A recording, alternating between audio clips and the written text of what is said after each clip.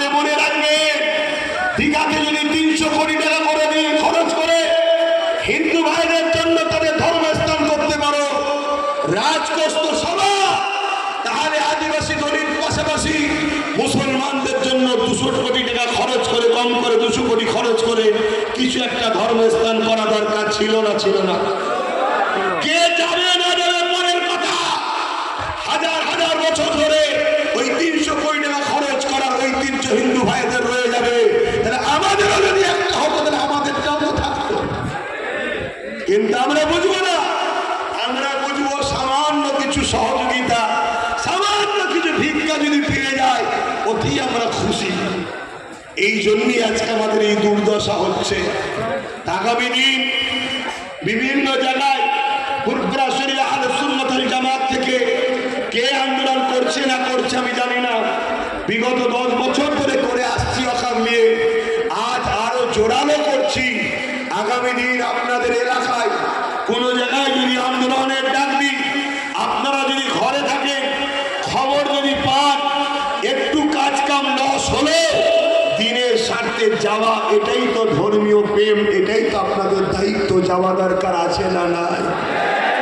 পাশাপাশি সব জায়গায় করে নিয়ে আমার টার্গেট হচ্ছে কলিকাতার রাজপথ ব্রিগেডে করব, যেখানে আমার টার্গেট 25 থেকে 30 লক্ষ যুবক যেন হাজির হয়। 25 থেকে 30 লক্ষ যুবক। আন্দোলন যত বাড়বে, মাথা যত আন্দোলনে ভিড় বাড়বে, এর প্রভাবটা দিল্লিতে তত পড়বে। আমাদেরকে একদল উলামা এখন শেখাচ্ছে কি, কেস চলছে যখন আন্দোলন করব কেন? কেস তো বাবরি মসজিদেরও চলছিল, আন্দোলন বন্ধ হয়ে যাওয়ার জন্য সংবিধান বিরোধী রায় হয়ে গেল। সংবিধানের পক্ষে রায় হয়নি, সংবিধানের বিরুদ্ধে রায় হয়েছে। আজও যদি ওয়াকফ নিয়ে আমরা ঘুমিয়ে থাকি, সংবিধান বিরোধী রায় হয়ে যাবে। এই আন্দোলন করতে হবে। মসজিদ, মাদ্রাসা, কবরস্থান আল্লাহর দ্বীনের জন্য আল্লাহ যথেষ্ট। যে বাবরি ভেঙেছিল, প্রথম যে আঘাত দিয়েছিল, আল্লাহ তার দ্বারা 100 মসজিদ বানিয়ে দিয়েছে। জোরে বলুন সুবহানাল্লাহ।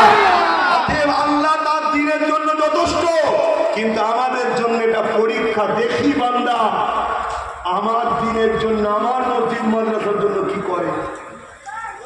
নিজের জমির জন্য মারপিট করে, নিজের সন্তানের জন্য মারপিট করে, নিজের টাকা পয়সার জন্য মারপিট করে, নিজের ইনকামের জন্য কষ্ট করে, আর নিজের দুনিয়াদার নেতার জন্য লড়াই করে। এই মুসলমানই তো। কোন জায়গায় কি হয় জানি না। আমার রাজ্যে যত সরকার এসেছে, মুসলমান যাকে চেয়েছে সে সরকারে বসেছে, মুসলমান যাকে চাইবে সে সরকারে দিল্লি থাকার পরও ঢুকতে পারছে না। শুনছেন না? শোনেন? কত চেষ্টা করেও পাচ্ছে না। কেন? মুসলমান যাকে চাইবে সে সরকার হবে। আল্লাহ শুকর, পশ্চিম বাংলার মুসলমানদের অবদান এতটাই। তবে হ্যাঁ, আগামী দিন এই অবদান কিনে নেবে আল্লাহ জালিমদের দ্বারাই। যদি তুমি তোমার দিওয়ানি আমলটাকে ঠিক কাজে না লাগাতে পারো, সেটা হলো কি, আগামী দিন ওই যে আইন একটা আসতে চলেছে, তুমি থাকবে, তোমার নাগরিক থাকবে, তুমি থাকবে। এখানে অনেক ভাই আছে সৌদিতে কাজ করে, সৌদিতে কাজ করে, একটা আকামার দ্বারা থাকতে হয়, জানেন তো নাকি? হ্যাঁ, তুমি কি সৌদির নাগরিক? তোমাকে ওই রকম নাগরিকত্ব কেড়ে নেবে। তুমি যদি বলো আমরা তো হাজার হাজার বছর ধরে আছি, কি করে প্রমাণ দেবে? তোমার যখন 1000 বছরের মসজিদটাই চলে যাবে, এটাই তো প্রথম চান্স, কি করে প্রমাণ দেবে?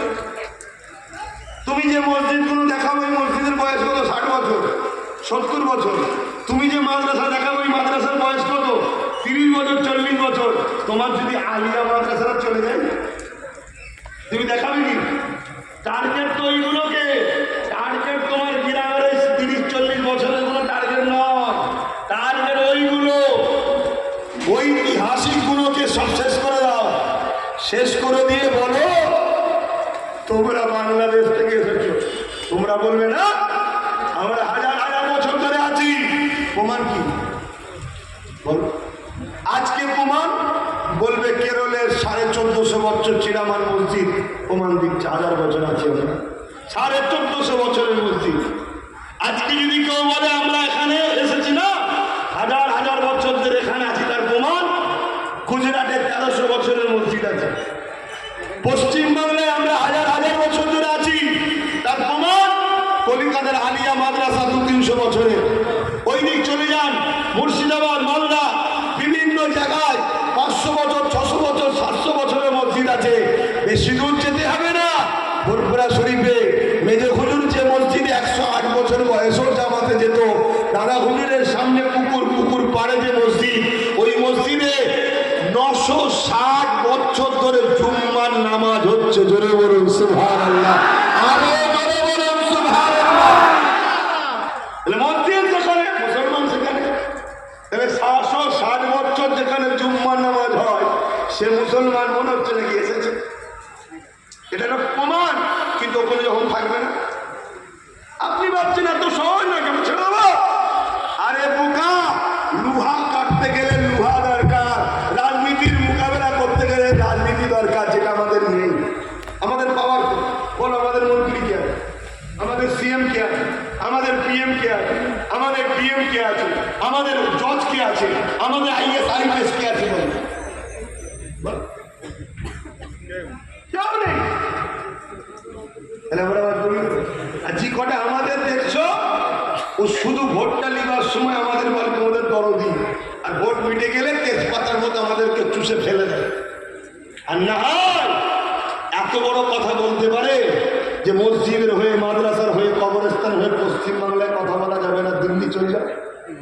কালকে তো বলতে পারে পশ্চিমবাংলায় নামাজি জামাত পাকিস্তানে চলে যাবে। তখন কি করবে? কেউ যদি বলে না এটা মিস্টেক হয়ে গেছে, বলে ফেলেছে, তো বলে ফেলেছে যখন মিস্টেক হয়ে গেছে, একবার বলুন না যে হ্যাঁ আমার মিস্টেক হয়েছে ভাই, আমি ক্ষমা কর। তাহলে বলছে ঠিক বলছি, আমি ঠিক বলছি। এই মোল্লাদের জন্য আমার ক্ষমা চাওয়ার দরকার নেই। ভোটের সময়টা আসবে, আমি আমার বন্ধুদের ঘরে ডাকবো। উত্তরপ্রদেশ থেকে আসবে যোগী বাবা, বিভিন্ন জায়গা থেকে আসবে, এসে হেলিকপ্টারে করে কিছুদিন এসে শুধু হুমকি দেবে, আমরা ক্ষমতায় এলে মোল্লাদেরকে সব তেড়িয়ে দেবো, গোশ খাওয়া বন্ধ করে দেবো, কেটে ফেলবো, মেরে ফেলবো। আমরা সব ভয় খেয়ে বলবো ওরে সর্বনাশ। আসেনি যদি এই বলে এনে, তাহলে কি হবে? তখন আবার বলবে কয় দিদি আচলে করাই ঢুকি।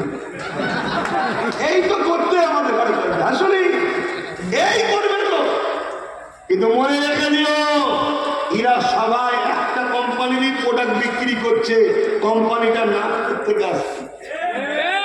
খেয়াল করে দেখো না, এই যে হিন্দুত্ববাদী যে রাষ্ট্র তৈরি করার পরিকল্পনা, যেটা অলরেডি তার প্ল্যান পরিকল্পনা সব তৈরি হয়ে গেছে। নাই বলে বাড়ি বাড়ি বাড়ি বাড়ি ধর্মীয় প্রসাদ পৌঁছে দেবো, তোমার ধর্মের পৌঁছে বাড়ি হয়ে যাবে। কথা বুঝে আসছে না? তোমার কাছে যেতে পারে, সব থেকে যাবে। কথা বুঝতে পারবেন? আবার সরকারি খরচে, সরকারি খরচে কখনো ধর্ম হয়? সরকারি খরচে শিক্ষা, স্বাস্থ্য, কর্মসংস্থান তৈরি হবে। তা না করে ধর্ম হচ্ছে ধর্ম। তার মানে বুঝাতে চাইছে কি, যে এই ফান্ডটাও তো আমাদেরই, তোদের। আচ্ছা, টুপি কিনেছি ট্যাক্স দিয়েছি, জামা কিনেছি ট্যাক্স দিয়েছি, ঘড়ি কিনেছি ট্যাক্স দিয়েছি, যা করেছি সব ট্যাক্স দিয়েছি, এরপরও সেই ট্যাক্সের টাকায় ধর্ম হচ্ছে। যদি জানতাম সবার করছে তাও না, এ থেকেও যদি আমার কম এখনো না বোঝে, আমি আর কি বলতে পারি? কিন্তু আমার ডিউটি ছিল, হাতে মাইক, সামনে হাজার হাজার লোক জড়ো করিয়েছে আল্লাহ। এসব আল্লাহ তোমাদেরকে নিয়ে এসেছে। আমার ডিউটি হক কথা বলো, বললাম। খুব খেয়াল করে দেখো, ফুরফুরা শরীফের টাইটেল মাদ্রাসা দাদা হুজুরের তৈরি করা 14টা শিক্ষক লোক। সীতাপুরের মাদ্রাসা 11টা শিক্ষক নেই। কেন ভাই? এভাবে টোটাল পশ্চিমবাংলার 10,000 ভ্যাকান্সি খালি, শিক্ষক নেই। যদি চাকরি দিত 10,000 মুসলমান ছেলে চাকরি দিত, কিন্তু দেয়নি কেন? যদি দেয় পড়াশোনা প্রতিষ্ঠানে ভালো হবে, ভালো হলে ছাত্র আসবে। শিক্ষক নেই, ছাত্র নেই, ছাত্র নেই, মাদ্রাসা ধ্বংস। তাহলে এই সরকার মাদ্রাসার পক্ষে না ধ্বংস করার পক্ষে? যারা মাদ্রাসা ধ্বংস করতে চায় তারা কি আমাদের উপকার চায়? তোমাকে এখন প্রয়োজন ভাড়া দিয়ে কাজ করে নিচ্ছে, প্রয়োজন জমি ডালটা কাটতে হবে, ভিতটা করতে হবে, এলে পয়সা করে নে, ঘর হয়ে যাওয়ার পর থাকতে দেয়। এই ঘর হয়ে যাওয়ার পর থাকতে দেয়, সে তো তার ছেলে বলে থাকবে। এই দেখো তোমাকে প্রয়োজন ভাড়া দিচ্ছে, কাজে লাগাচ্ছে, ভাড়া দিচ্ছে, কাজে লাগাচ্ছে। এখন আমার ইমাম ভাইদেরকে প্রয়োজন যে 2,500 দিচ্ছে, মুসলিম গ্রামকে বুঝিয়ে বুঝিয়ে আমার দিকে রাখ, কাজ মিটে যাবে। এমন ভাবে পরিকল্পনা করে আছে, কাউকে দিয়ে একটা কেস ঠুকাবে, কোর্ট বলবে এটা ব্যাংক, কেমন 26,000 চাকরি ব্যাংক, ওবিসি ব্যাংক জানেন? এই ওবিসি জানেন? ওবিসি দ্বারা মুসলমান তবু একটা দুটো চাকরি পাচ্ছিল। ইচ্ছা করে ওবিসি সিস্টেমকে ব্রেক করে যা খুশি করে রাজ্য সরকার করেছে। কেন? এটা সুপ্রিম কোর্টে যাবে, হাইকোর্টে যাবে, কেস হবে, টোটাল বন্ধ হয়ে যাবে। তাহলে মুসলিম ছেলে আর ডাক্তার হতে পারবে না। যা একটা দুটো মুসলমান ডাক্তার হচ্ছিল, IAS IPS জজ হচ্ছিল, টোটাল বুড়া মেরে দেবে। তোমরা খোঁজই রাখো না, তোমরা এসে খোঁজই রাখো না। এই জন্য বলবে বিশ্বাস হয়তো হচ্ছে না। খোঁজ রাখো কি হচ্ছে সমাজে। একটা দুটো যাও মুসলমান ডাক্তার হচ্ছিল, টোটাল হওয়া বন্ধ হয়ে গেছে। একটা দুটো যাও বিসির মাধ্যমে IAS IPS হচ্ছিল, টোটাল বন্ধ হয়ে গেছে। কেন? কেস হয়ে গেছে। ঠিক তেমনই আমার ইমাম ভাইরা, তোমাদেরটা আনলিগেল ভাবে কাজ হয়ে আছে। একটা কাউকে দিয়ে কেস করাবে কখন? যখন ঘর তৈরি হয়ে যায়, পুরো সব রেডি হয়ে যাবে, আর প্রয়োজন থাকবে না। একটা কাউকে দিয়ে কেস ঠুকাবে, হাইকোর্ট বলে দেবে সিস্টেমটা বাতিল। ইনি কি বলবে? কোর্ট যখন বাতিল করে দিচ্ছে আমি কি করব? কথা বুঝছেন না? বলছেন না? সব শেষ। কেন? ঘর তৈরি হয়ে গেছে। অতএব তোমাকে ভাবতে হবে, দিল্লিতে 18,000 টাকা ইমামের মাইনে দেয়। কত টাকা? দিল্লিতে, আমার দিল্লিতে 18,000 টাকা ইমামের মাইনে। আর আমার রাজ্যে মাইনে নয়, ভাতা। ভাতা মানে কি? ভিক্ষা। ভিক্ষা হয়, দয়া করে দিচ্ছি। এগুলো আমার ওলামা ভাইদেরকে বুঝতে হবে, রেগে গেলে হবে না, বুঝতে হবে। আপনার পাওনা আছে, অস্বীকার করছি না। আপনার পাওনাটা হলো 18 থেকে 20,000 টাকা মাইনে। তাতে 30 বছর হোক, 20 বছর হোক, একটা সিস্টেম থাকবে। 20 বছর ডিউটি করবে, মাইনে। পরে ইমাম আবার 20 বছর মাইনে চালু থাকবে। এটা তো করা উচিত, ইমামের উচিত এটা ভাবা। কম করে 20,000 টাকা ইমাম মাইনে পেতে পারে যদি উপযুক্ত কাউকে বসানো যায়। কথা শুনছেন না? এই জন্যই তো 2021 থেকে লড়ছি আমি। হয়তো ভাবতে পারেন আব্বাস সিদ্দিকী আপনি বসবেন কি করে? আপনি তো 30%, 40%। এইটাই তো দুঃখ। কে বলেছে আমি 30%, 40%? আমি 100%। আমি 100%। কেন আমি শুধু মুসলমান ভাববো? 77 বছর তো যদি আমরা ভাবতে পারি অমুসলিম সিএম হলে আমাদের অসুবিধে নাই, তাহলে কেন একবার সবাই ভাববে না যে মুসলিম সিএম হলে অসুবিধা আছে? সেকুলার থেকেই বলে, এটাই তো বলে ধর্মনিরপেক্ষ। কিন্তু না, 77 বছর ধরে অমুসলিম ভাইরা সিএম হয়েছে, একটা বার আমরা প্রশ্ন করিনি। তাহলে একটা বছর যদি মুসলিম সিএম হয় দেবে?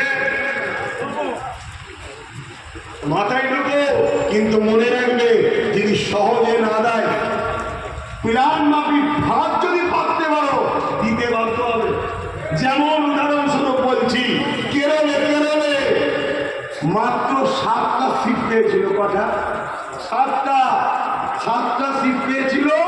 আর বাকি দুজন যারা ছিল তারা কেউ সরকার করতে পারেনি। 7টা যার সাথে যাবে সে সরকার হবে।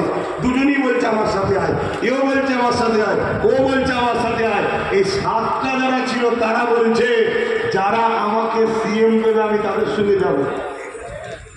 বাধ্য হয়েছিল দিতে। 7টা সিটও সিএম হয়ে গেছে। আর পশ্চিমবাংলায় আমরা চেষ্টা করলে যত কমই হোক 110টা পর্যন্ত ক্ষমতা রাখতে পারি। কিন্তু আমার কম বুঝবে, যদি বোঝে জাগন জাগন, যদি নিজের জন্য নাও থাকতে চান, এই বাচ্চাগুলোর কথা একটু ভাবুন, এই বাচ্চাগুলোর কথা ভাবুন।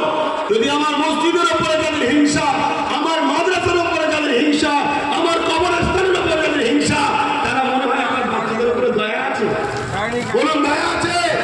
এরা ডাক্তার হোক, উকিল হোক, আইএস আইপিএস জজ হোক, এটা চাই না।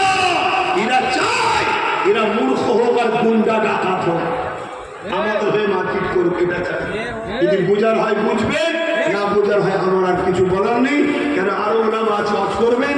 আমি সংক্ষেপ করছি, সালাম দেবো। ইয়া নবী